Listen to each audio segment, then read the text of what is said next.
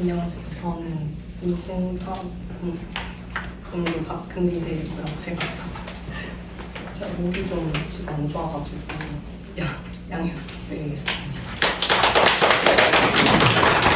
저는 에너지 절약형 친환경 주택 건설 기준에 대해서 이번에 발표를 하게 되었습니다. 먼저 개요인데요. 먼저 친환경 주택에 대한 전반적인 소개랑 기준이 어떤 방향으로 바뀌어 나가고 있는지에 대해서 그냥 좀 살펴보고, 그다음에 이거는 실무자들끼리 만드는 거긴 한데 평가 항목에 대해서 좀 간단하게 설명드리겠습니다.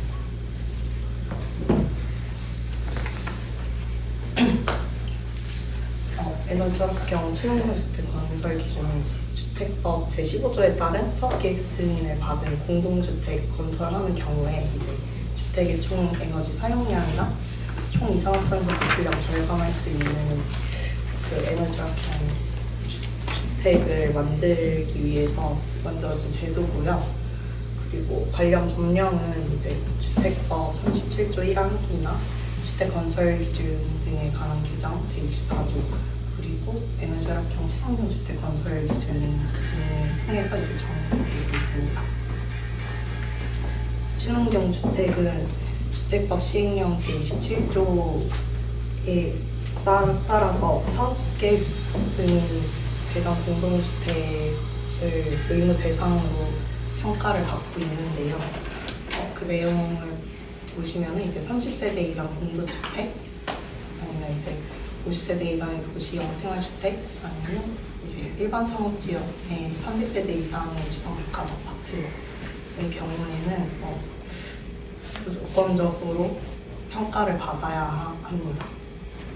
그리고 또 적용 제외되는 대상으로 있는데, 주택 건설 기준 등에 관한 규정 제7조 12항 적용의 특례 내용을 보시면은 리모델링을 하는 경우에는 이제 여기 64조를 적용하지 아니한다라고 내용이 적혀 있어요. 이 64조가 이제 에너지 절약형 친환경 주택 건설 기준인데, 이 경우에는 리모델링을 하는 경우에는 저희가 따로 친환경 주택 건설 기준으로 평가를 받지 않고 저희 에너지 절약 계획서 주거 기준을 해서 이제 평가를 받게 됩니다. 에너지 절약 계획서로 평가를 받았을 때는 이제 단열 성능도 친환경 주택보다는 조금 더 완화된 기준으로 받을 수 있고요. 그리고 신재생 설치 의무가 없다는 점에서 이제 조금 더 여유 있게 설계 기준을 맞출 수 있습니다. 친환경 주택은 이제 2009년에 최초로 20세대 이상 공동주택을 기준으로 시행이 되었었고요.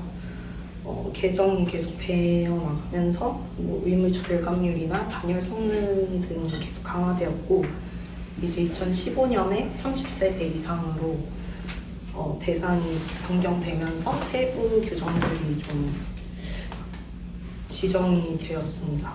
그리고 2016년에는 건축기계 정기 의무사항들이 신설되었고요. 이제 2017년 개정되었을 때부터는 신재생 에너지 설비 설치 기준이 추가가 됐고, 건축물 에너지 효율 등급을 인증을 받으면은 친환경 주택은 예외 따로 평가받지 않는 걸로 그런 기준도 추가가 되었습니다. 그 이후로도 계속 기준이나 성능 같은 것들이 계속 강화되다가 이제 올해 2025년에 건축물 에너지 효율 등급 인증이 폐지가 되었어요. 그러면서 이제 성능 기준이나 시간 기준들이 좀 강화되는 방향으로 바뀌어 나갔고요. 그리고 이제 저희 친환경 주택 이제 사업승인 접수 시에 평가를 받게 되는데, 이제 이 경우에는 저희 고시 기준을 그 에너지 절약형 친환경 주택 건설 기준 부칙 제2조에 따라서 사업 승인 계획 신청일 기준으로 평가를 받게 됩니다. 그래서 이제 심의 신청일을 기준으로 그 고시를 보는 게 조금 중요하고요. 그리고 이제 친환경 주택 평가 받는 그 과정에 대해서 조금 설명을 드리자면은, 먼저 건축기계 정기 도서를 이제 저희가 이제 수신을 해서 보고서를 작성을 하고, 사업 승인 접수가 되면은 이제 주무관을 통해서 검토 기관 쪽으로 공문이 전달이 돼요. 그리고 해당 검토 기관 쪽에서 해당 검토 기관 쪽에 저희가 접수 도서를 이제 송부를 하면은 이제 서로 보관을 주고 받으면서 최종적으로 도서가 완료되면은 검토 기관에서 확인을 한 다음에 협의 공문을 이제 담당 지역구에 회신을 하면은 이제 완료가 되는 과정으로 이루어지고 있고요. 그리고 인증기관 같은 경우에는 이제 공공사업이랑 민간사업에 의해 좀 구분이 되는데, 공공사업은 국토안전관리원이나 한국부동산 쪽으로 이제 진행을 하고 있고, 민간사업 같은 경우에는 경기주택도시공사, 인천도시공사는 이제 관할 지역권만 받아서 평가를 하고 있고, 그 외에 다른 기관은 이제 주무관이랑 협의를 해서 어디로 보낼지 좀 해가지고 평가를 받고 있습니다. 이제 다음은 친환경 주택 동향에 대해서 말씀을 드리려고 합니다.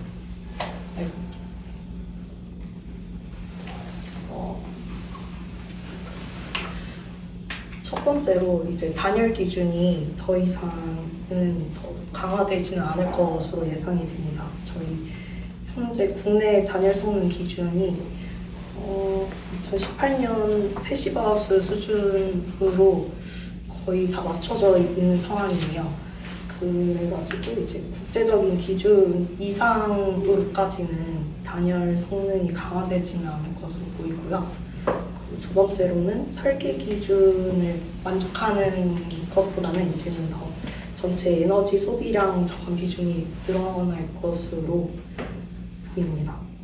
이제 앞으로 계속해서 법령이 개정됨에 따라서 설비와 신대생 기준이 조금 더 확대될 것으로 보이고 있고요. 건축물 전체 에너지 소비량이 감소하는 쪽으로 좀 개정이 되지 않을까 싶습니다.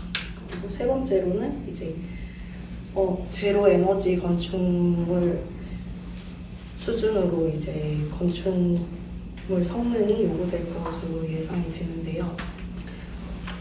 이제 ZEB 의무화 로드맵이 지금 계획되어 있는데, 이거 따라서 이제 올해 개정 대상부터는 인간 공동주택 30세대 이상부터 ZEB 5등급 수준으로 만족해서 저희가 평가를 받아야 하거든요.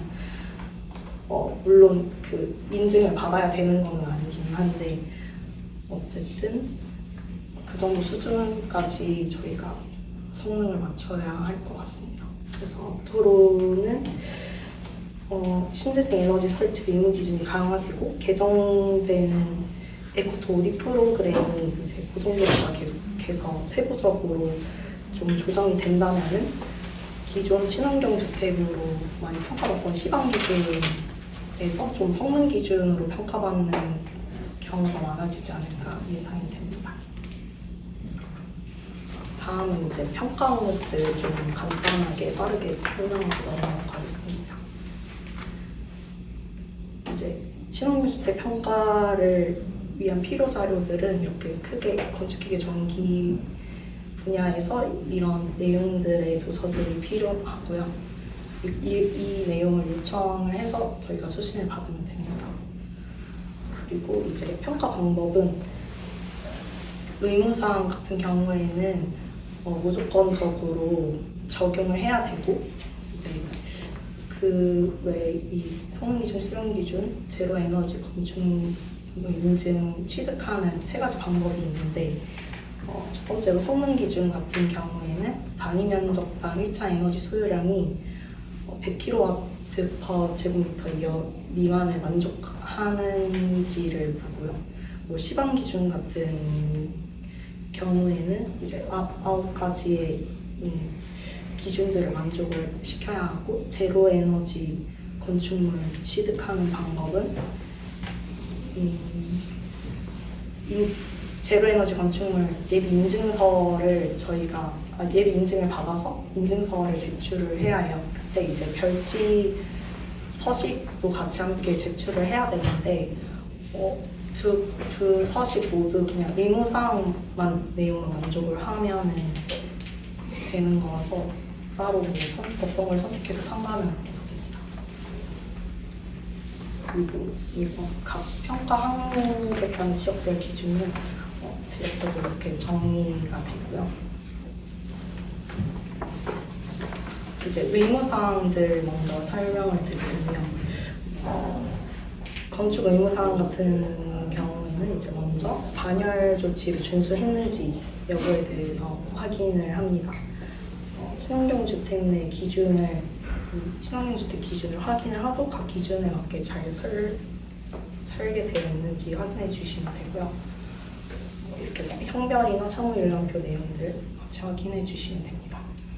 그리고 동평면도 통해서 이제 등 구성이 어떻게 되어 있는지 세대 분류표를 작성을 해주시면 되고, 각 단위 세대마다 이제 외벽 단열 계획이 어떻게 들어갔는지 이제 좀 구분을 해주시면 됩니다. 그리고 바닥난방 단열재 설치에 관련된 항목인데요. 이 항목 같은 경우는 이제 거실 바닥난방 같은 경우에는 온수 배관과 슬러브 사이에 이제 총 열 관리 저항 60% 이상을 만족하는 단열재가 설치가 되어야 해요. 요거 기준 내용 만족했는지 계산해서 확인해 주시면 되고, 방수층 설치에 관련한 내용은 이제 형별 성능 관계 내역 안에 이 관련 내용이 들어가 있는지만 확인해 주시면 되고, 그 다음에 이제 기계 부문 의무사항인데요. 기계 부문 같은 경우에는 이제 냉난방 설비 용량 계산 시에 해당 지역 기준으로 계산을 했는지 여부 확인해 주시면 되고, 여러 완성 설비 조건은 이제 장비 람프 문구들 제대로 들어가는지 하는 거 내용 확인해 주시면 되고, 가정용 보일러도 보일러 사용했을 때 관련 내용 들어가는지 확인해 주시면 되고, 전동기도 마찬가지고, 고효율 난방 수펌프도 그 해당 설비 사용하는 경우에는 이제 문구 들어갔는지 확인해 주시면 됩니다. 절수형 설비 같은 경우에는 이제 세탁용, 청소용 수도꼭지 제외하고는 모두 저희가 절수형 설비로 설치를 해야 해서 그렇게 설치되어 있는지 확인을 해주시면 되고요. 그리고 실내 온도 조절 장치 같은 경우에는 각 실별로 온도 조절 장치 설치가 되어 있는지 여부 확인해 주시면 됩니다. 그리고 이제 정기 의무사항 같은 경우에는 수변전 단성 견수온도 내용 안에 이제 고효율 변압기 사용했는지 여부 확인을 해주시면 되고, 반선 및 동력 설비 설치의 경우에는 이제 MCC 결선도 확인을 해서 해당 그 장비에 맞게 설치 용량 알맞게 들어가 있는지, 여기 캐퍼시터 설치 용량 기준표가 있는데 이 기준 맞춰서 확인을 해주시면 됩니다. 이렇게 내용 확인해 주시면 되고, 그리고 조명 설치 같은 경우에는 이제 단위 세대 전동 설비 평면도 내에 이제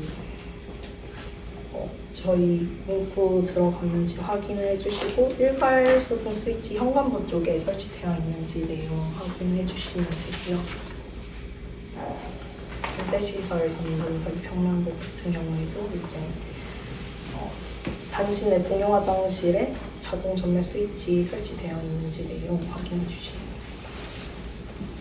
그리고 이제 성능 평가 내용 설명드리겠습니다. 성능 평가 제출을 할 때 저희가 이 별지 1호 서식을 같이 제출하는데요. 이렇게 이번에 평가 결과 내용을 작성하는 게 주 목적이고요.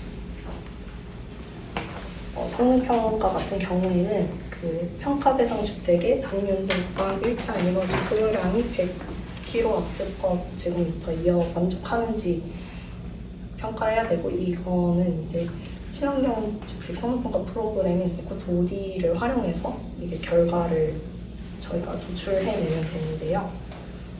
시범 기준이 이제 전체적으로 강화되고 하면은 이제 태양광 설치 면적이 좀 확보 안 되는 그런 대상지들이 있어요. 그런 경우에는 이제 자재 설비랑 성능을 높여서 이제 성능 기준으로 평가를 받는 게 차라리 더 점수 확보할 때 유리할 수 있어서 그 점을 좀 유의해서 좀 검토를 해주시면 좋을 것 같고요. 에코도디는 이제 건축, 난방, 냉방, 급한 조명, 그리고 뭐 신재생 설비 등 설비 조건 각각 입력을 이렇게 해가지고 결과 그래프랑 소유량 평가서 이제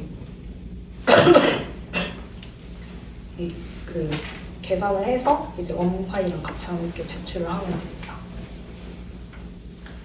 그리고 이제 시범 평가 내용 설명드리자면은 이제 별지 이유 서식은 이렇게 구성이 되어 있고, 여기도 마찬가지로 2번에서 9번까지 항목을 평가 결과 작성하는 게 주 목적이고요. 이제 고단열 고기밀 강제용 사용인지 확인해 주시고, 상면적비는 이제 산출 기준에 따라서 해당 기준에 맞춰서 먼저 계획되었는지 계산해 주시면 됩니다. 평면 내용이랑 이렇게 산출서 내용 이렇게 확인해서 계산해 주시면 되고요. 발코니 외측 창호 단열 같은 경우도 단열 기준 맞춰서 적용되었는지 내용 확인해 주시면 되고, 창 기밀 성능도 이제 시험 성능성 비교해서 얼마큼 들어갔는지 잠시만요. 내용 확인 같이 해주시면 됩니다. 기계 부분인데 여론불 같은 경우에는 이제 4가지 종류로 보통 들어가는데요. 개별 보일러, 지역 난방, 그리고 구역형 열병합 발전, 소형 열병합 발전 중에서 어떤 걸로 들어갔는지 기계 도서 내용 확인을 해주시고 적용된 여론 적용해 주시면 되고요. 그리고 이거는 이번에 신설된 기준인데, 난방 열 교환 효율을 이제 75% 이상 만족하도록 새로 기준이 추가가 되었어요. 지금 예시로 가져오면 만족이 안 되는데 아직 저희가 들어간 게 없어가지고 제가 예시를 못 찾아서 못 가져오긴 했는데, 이 내용이 75% 이상 만족하도록 계획해 주시면 되고, 조명 밀도는 이제 전용 단위 세대별로 6W/제곱미터 이하로 설계를 하거나 이제 전면 LED로 설치하는 내용 확인해 주시면 됩니다. 그리고 이제 신재생 에너지 설비 같은 경우에는 각 항목별 100점 합계를 했을 때 50점 이상을 만족할 수 있도록 설계를 해주셔야 되는데요. 이게 조금 잘못 들어가 있는데, 이게 급탕 에너지 같은 경우에는 2.5%당 1점, 조명 에너지는 2.7%당 1점이어서 전체 용량의 125% 이상, 135% 이상을 각각 만족할 수 있게 설계를 이제 컨설팅 해주시면 됩니다. 그 친환경 주택 같은 경우에는 이제 점수가 주로 조명 에너지, 신재생 에너지 비율로 해서 거의 들어가게 되는데요. 이게 그 조명 에너지 말고 다른 신재생 비율로 만족을 하기에는 조금 신재생 용량이 과도해지는 경우가 많아가지고 저희가 거의 조명 에너지 신재생 비율로 해서 들어갑니다. 그래서 이 경우에는 이제 태양광 패널 적용을 해서 신재생 에너지 용량을 확보를 하는데, 태양광 패널이 이제 크게 BAPB랑 BIPV로 종류가 나눠지게 되는데요. 이제 BAPV 같은 경우에는 태양광 패널을 건물에 따로 이렇게 추가로 부착하는 방식이고, 이제 주로 지붕이나 외벽 쪽에 추가적으로 설치가 되고, BIPV 패널 같은 경우에는 이제 건물의 외장재와 일체화된 그런 패널이어가지고 아예 이게 이 두 개를 봤을 때 사실 BAPV가 조금 더 효율이 좋기 때문에 주로 BAPV로 해서 많이 들어가고 있기는 합니다. 그리고 신재생 에너지 비율, 그래서 이제 조명 쪽 관련해서는 이런 식으로 산출해 주시면 되고요.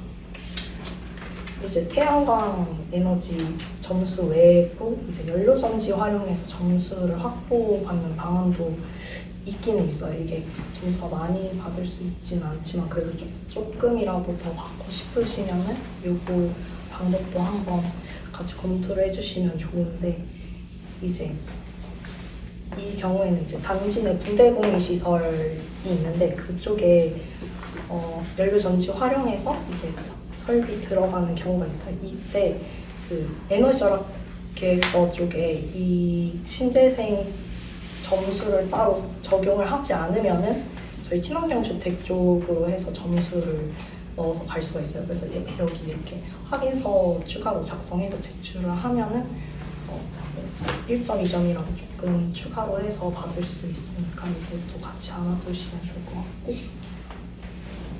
이제 마지막으로 제로에너지가 중요한 내부 취득 시에는 이제 의무 기준들 저희 아까 말씀드렸던 거 만족만 하면은 친환경 주택 건설 기준으로 인정, 평가를 받은 걸로 인정을 받을 수 있어서 요거까지 해가지고 이제 3가지 다 말씀드렸고요.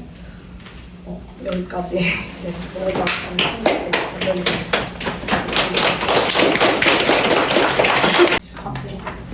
여기 민간 사업 같은 경우 인증기관이라고 적혀있는데 경기주택도시공사는 관할 지역이 돼 있잖아요. 네. 그러면 예를 들면 경기 수원시의 사업이다. 그러면 무조건 주택도시공사로 가는 거예요? 아니면 별도 지정을 정할 수 있어요? 그거는 무조건 가는 거는 아니고 이제 지정 요청을 할 수 있는 걸로 제가 알고 있긴 한데 우선순위가 저쪽이다 뭐 이렇게 봐요. 그런 건 또 아니에요. 그러니까 이제 관할 지역 내 것만 하기는 하는데 이제 뭐 다른 기관으로도 보내도 상관은 없는 걸로 또 알고 있긴 해요. 관할 지역 내의 업무를 하긴 하는데 네, 굳이 자기들한테 들어온 꼭 관할 지역 내의 해야 되는 건 업무만 또 아니고 의무는 아니어가지고 그냥 그 중관이랑 같이 얘기해가지고 그냥 선택하는 걸 알고 있긴 하거든요. 저기 과거에는 LH랑 그러니까 부동산 2개 기관밖에 없었고 네. 하다 보니까 실질적으로 접수해놓고 한 달 이상은 대기하고 하는 것들이 오래 걸리다 보니까 그거를 한 게 이제 저 기관들까지 확대를 시행을 하게 된 거였어요. 그러니까 그렇게 되면서 지금 현재 그러니까 어떻게 보면 너무 한쪽으로 쏠리고 있다 보니까 문제가 돼서 기관을 확대를 했던 거였고, 지금은 이제 그 확대 때문에 뭐 일정적인 부분이 좀 많이 완화됐다라고 보시면 될 것 같아요. 그것도 실질적으로는 그냥 주무관이 협의부를 보내는 거라서 어디를 보낼 거냐 요청해서 물어보는 경우도 있고, 그게 아닌 경우는 그냥 주무관이 알아서 자기네들이 항상 보내던 기관에 그냥 지정해서 보내는 경우가 대부분이기는 해요. 나는 공부가 30페이지 보면 10페이지요. 친환경 주택에서 건축뿐만 아니라 이제 기계 전기 쪽 관할 내용이 있다 보니까 이전 페이지 봐도 될 것 같은데. 이전 페이지요? 11페이지? 이렇게 보면 이제 건축 부분, 기계 부분, 전기 부분 이렇게 나눠져 있고, 뒤 30페이지를 보려고 했던 거는 이제 그 작업된 내용들에 대한 도서에서 확인해야 되는 내용들을 체크해 놓은 게 있는데, 건축에 대한 부분은 건축 도서를 받아서 진행하는 건 알고 있고, 기계 전기에 대한 부분, 그러니까 아까 얘기했던 의무사항이 있는 것들이 제대로 되고 있는지 확인을 하고, 만약에 확인을 됐을 때 안 된 것들이 있으면 보완 요청을 해서 기관에 접수하고 있는지, 아니면 그냥 기계 전기 도면을 그대로 받은 거를 약간 우리가 그냥 전달하는 통로로만 일을 하고 있는지, 그게 현재 그게 궁금하거든요. 네, 일단은 1차적으로 확인은 다 해서 저희가 뭐 안 된 것들 있으면, 왜냐면 나중에 이게 추가해야 되는 방향으로 가게 되면은 사실 문제 일정이나 뭐 그런 것들이 문제가 생길 수 있기 때문에 먼저 검토를 한번 하고 좀 심각하게 문제가 있다 싶은 거는 이제 얘기를 해가지고 내용 다 반영해가지고 접수 도서 제출을 하고 있긴 하거든요. 그래서 아무래도 좀 미리 보고 보내는 게 저희도 사실 저희니까 그걸 하는 게 맞지 않나 생각하고 있어요. 모든 팀이 다 그렇게 동일하게 하고 있나요? 저는 그렇게 안 합니다. 일정 급하다 싶으면 먼저 보내고 나서 다음 받고 진행을 하고. 이게 괜히 건축 보안만 남게 되면은 어허. 그러니까 기계 정리가 다 완료돼 버리고 건축 보안만 남게 되면 그냥 100% 다 저희 탓이 되니까. 적절하게 저는- 기계 전기 보안이 알아서 생기게끔 만든다. 네, 저는 어차피 그들은 문구 추가 정도 수준이니까 크리티컬하다고 생각은 안 하거든요.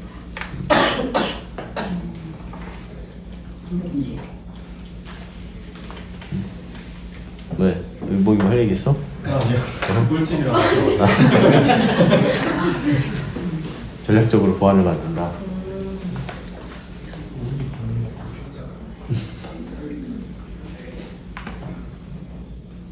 그리고 32페이지.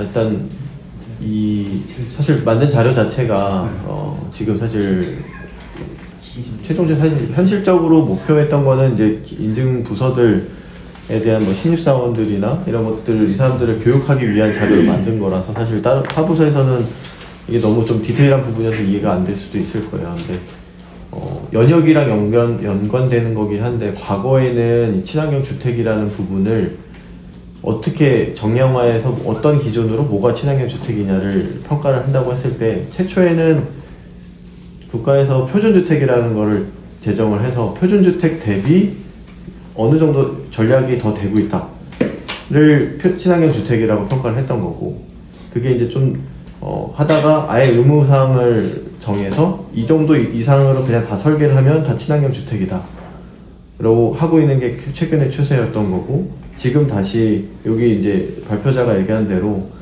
기준을 다 의무사항을 충족하려고 하면 현실적으로 자기 사이트 안에서 해결이 안 되는 경우가 생기니까, 그 경우에는 꼭 그 의무사항 준수가 아니라 다른 성능을 높여서 대체적으로 우리가 다른 성능에서 확보를 했기 때문에 어느 일정 부분을 면제해달라고 하는 것들이 가능한 거잖아요.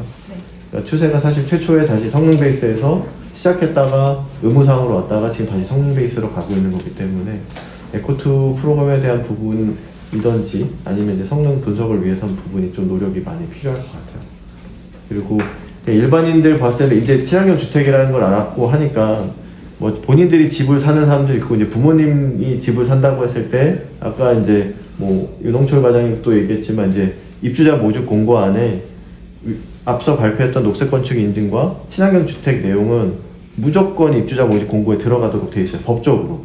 이제 그걸 보면 이제 우리 회사에서 하는 일들이 여기에 이제 표시되는 거야. 그거는 이제 이 아파트를 사는 사람들한테 최소한으로 정보 전달을 하기 위한 업무 중에 하나, 이 녹색 건축과 친환경 주택이라고 보면 될 거거든요. 그래서 한번 기회 될 때 있으면 뭐 주변에 뭐 지금 사는 아파트 인근에서 혹시 분양하는 데 있으면 모집 공고 보면 말한 이 내용 두 가지가 다 들어가 있을 테니까 추후에 주택 구매할 때 참고로 하면 좋을 것 같고, 아까 이제 흘러갔는데 이 기준에 대한 부분이 우리가 업무하다 보면 설계 변경을 사실 몇 차례 계속 하게 되는데, 정비 사업 하게 되면 실질적으로 최근에 뭐 준공된 우리 반포 쪽이나 아파트들 보면 업무가 최초 시작을 15년도에 시작을 했어요. 15년도에 시작해서 지금 25년도에 공사가 끝난 건데, 15년도 기준에 예를 들면 이 친환경 주택 기준을 적용하는 게 법적으로 전혀 문제가 없어요.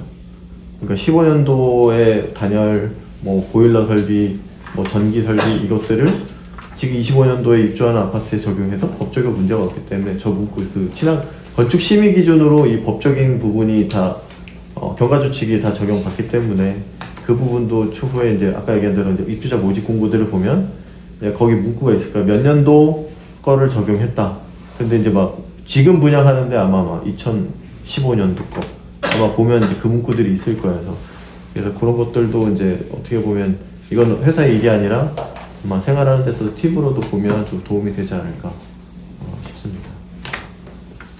또 다른 뭐 질문 있으면 궁금한 게 있는데 인증 공급이 여러 개가 있잖아요. 인증 평가하는 여러 개 종류가요? 막 녹색 인증도 있고 아. 비닐 인증도 있고 이렇게 여러 가지 인증들이 있는데 그 평가 기준이 다 비슷비슷한 건지 아니면은 특별히 어렵다 하는 인증이 있는지 그 약간 그 평가하는 그 범위라 해야 될까요? 그게 조금 다 다르기는 해가지고 친환경 주택 같은 경우는 이제 에너지 효율 등급 인증이랑 그래도 좀 관련이 많이 되어 있어가지고 뭐 그렇게는 비슷하게는 가기는 하는데 이제 뭐 녹색이라든지 뭐 다른 장수형이라든지 막 되게 아예 그냥 평가를 받는 그 내용 자체가 그 분야가 다르게 들어가거든요. 그래서 조금 좀 아예 개별적으로 보시는 게 좋을 것 같아요.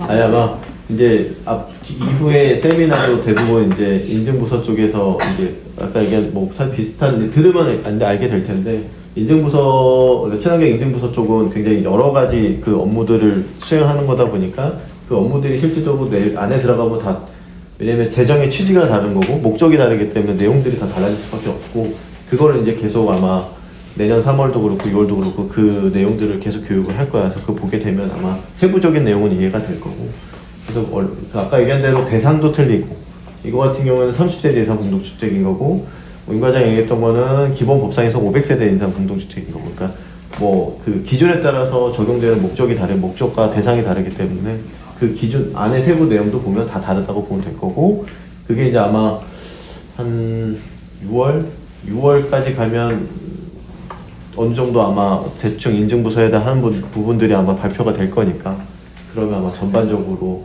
인증부서에서 어떤 업무를 하고 있고 그 기준이 뭔지는 아마 좀 이해가 될 것 같아요. 다음 준비 잘 되겠지? 6월, 3월하고. 홍철이는 이제 뭐 본인 아니니까. 그래서 그렇게 이제 쭉 이렇게 세미나식으로 교육하고 이제 회사에 대한 업무 설명하려고 한 자료를 만들 겸 하는 거니까 아마 쭉 들으면 좀 더 이해가 될 것 같고 그렇습니다. 또 왜 자꾸 마무리하는 거야? 왜 자꾸?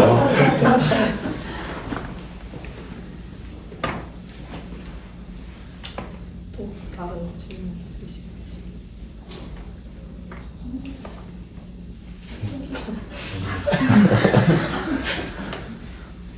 없으면 그러면 세미나는 마무리하고 아까 이제 시작 전에